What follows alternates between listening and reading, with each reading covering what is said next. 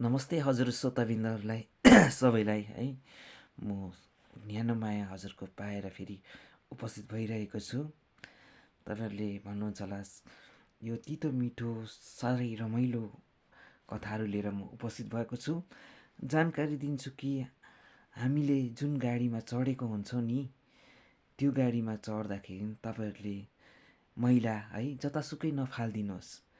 हामीले गर्दा गाडीलाई पनि नराम्रो, गाडीको गुरुजीहरूलाई पनि नराम्रो नहोस्, हाम्रो चालक वर्गलाई पनि नराम्रो नहोस्। हामीले गर्दा हामी बाँचौँ र गुरुजीहरूलाई पनि बचाउँ र आफू बाँच्नु नै भलो हो। म यही भन्छु। तपाईँहरूले माया र ममता पाएको छु र म यो तपाईँहरूको माझमा म बोलिरहेको छु।